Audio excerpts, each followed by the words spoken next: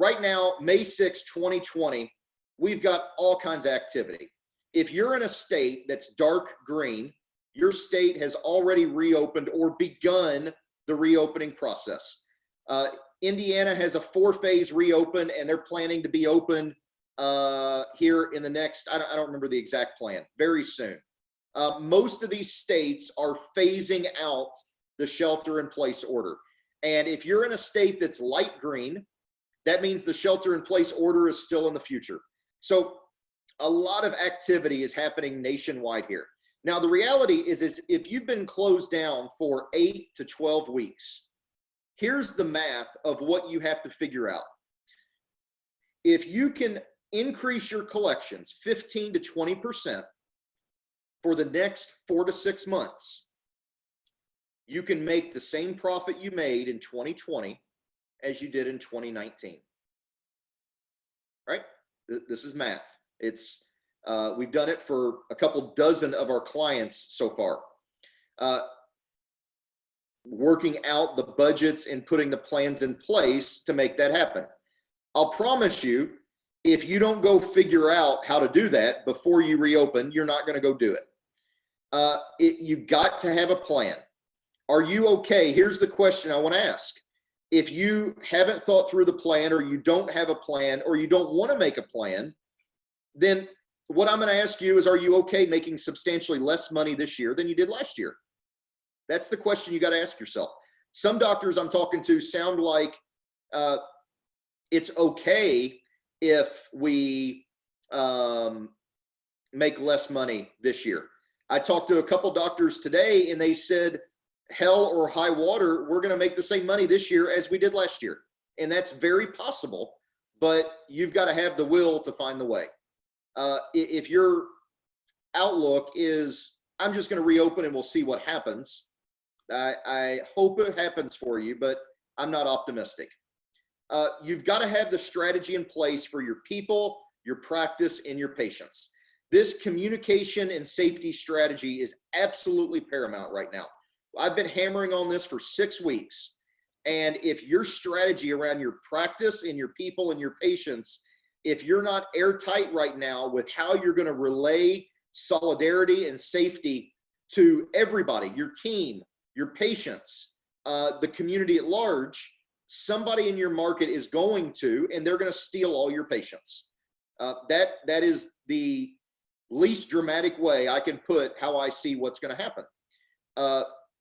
The practices right now that are reopening in the states that are allowing you to reopen are going to take the lion's share of patients. Here's something I'll tell you that I know 100% true. This is fact.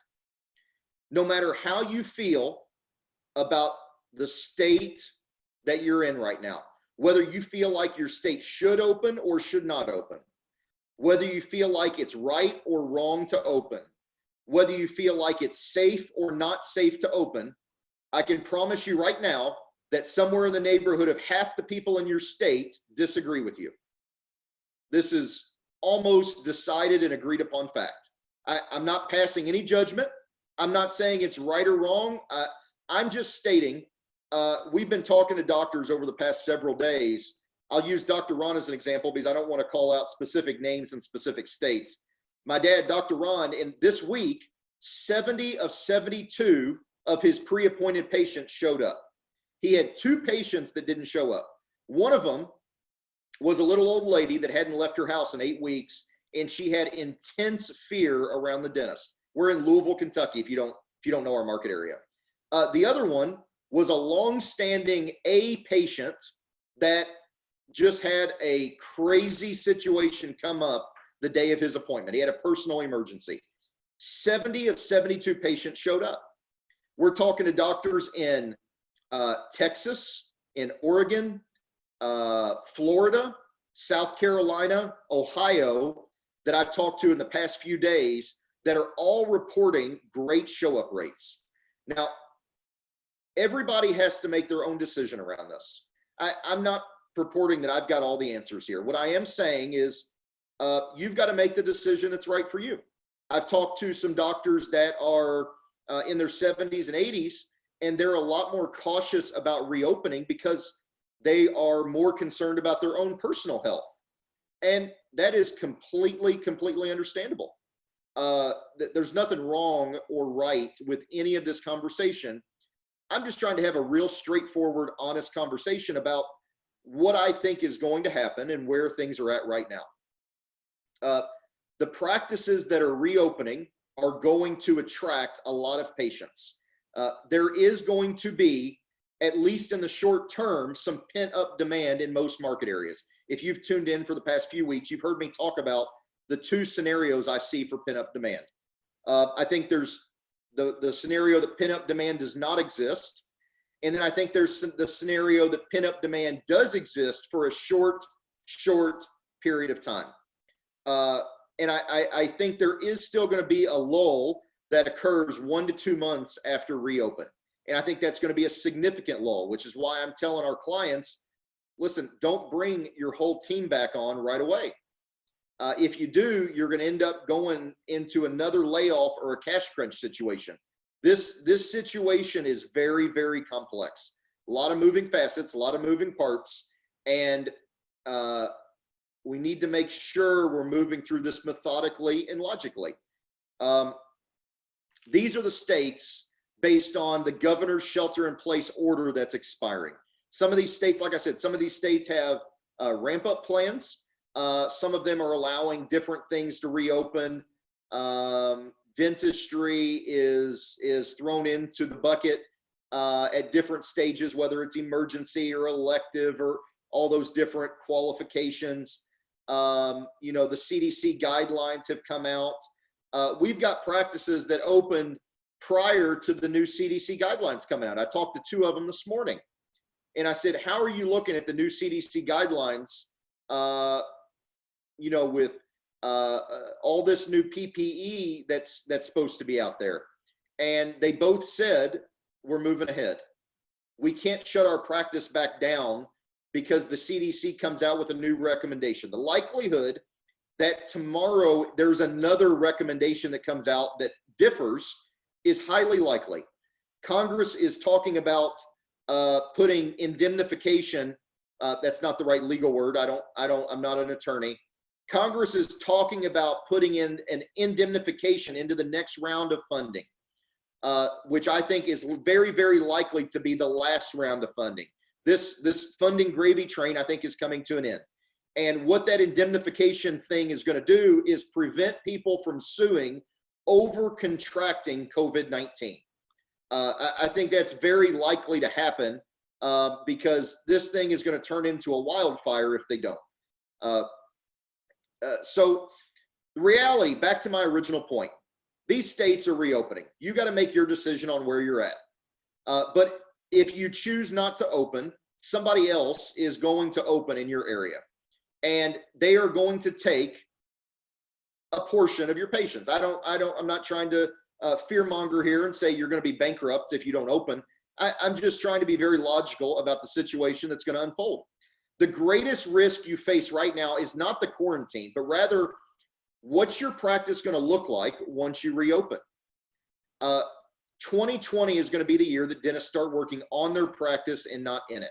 And we saw this in the Great Recession. Those that didn't streamline and create the efficiency in the systems took 5 to 8 years to recover, right? Practices that did not use the downtime to get more efficient and streamline and get lean are going to suffer for a much longer period of time. And the data reflects 75% of the dental practices that declined between 08 and 12, the bounce back on average was 1 to 2% per year.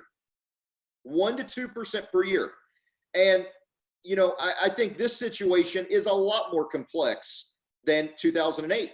There's going to be a combination of patient attrition, a lot of new regulations that are going to come out of that, patient financial challenges from unemployment, from loss of dental insurance, the possibility, I think likelihood may be a better word, that dental insurers lower reimbursements to recoup some of their lost profits.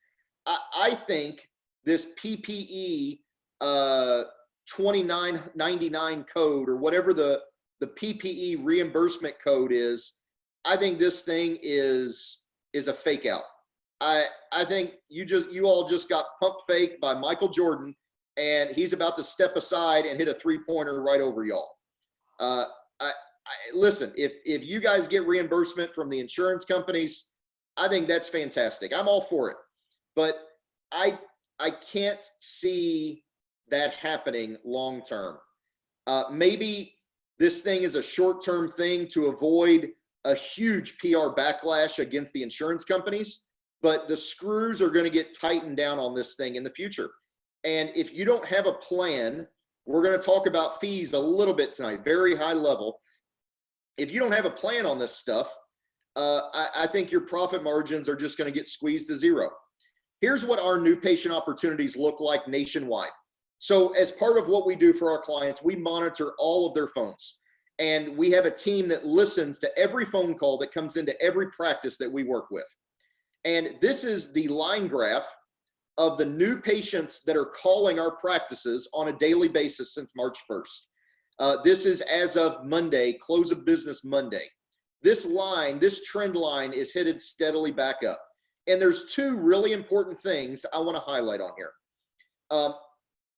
The ADA reported that 77% of practices in the United States right now are doing less than 5% of their average monthly collections. Over 3/4 are doing less than 5% of their average. Yet across the SmartBox cohort of doctors, our average new patient opportunities by day never dropped below 35% of the peak, the January, February peak. Those practices, it's just like I talked earlier about COVID. The COVID virus is affecting disproportionately an elderly and an immunocompromised and a sick population. The shutdown as a result of the COVID crisis is disproportionately affecting those practices that were not strong and healthy. And when these states open back up, this line that is already going up of new patients is going to continue going up.